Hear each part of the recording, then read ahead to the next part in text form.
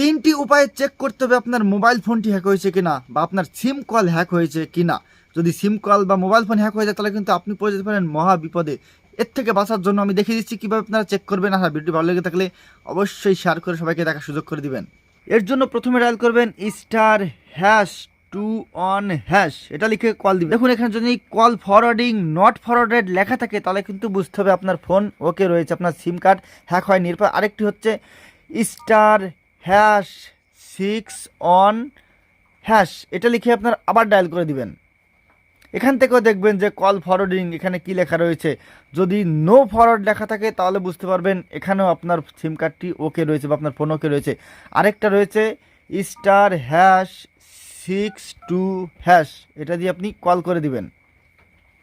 এখানেও যদি সব কিছু নট ফরওয়ার্ডেড লেখা থাকে তাহলে বুঝবেন যে আপনার ফোনটি সেভ রয়েছে, আপনার ফোন কল কেউ হ্যাকও করেনি, আপনার সিম কার্ডও কেউ হ্যাক করেনি।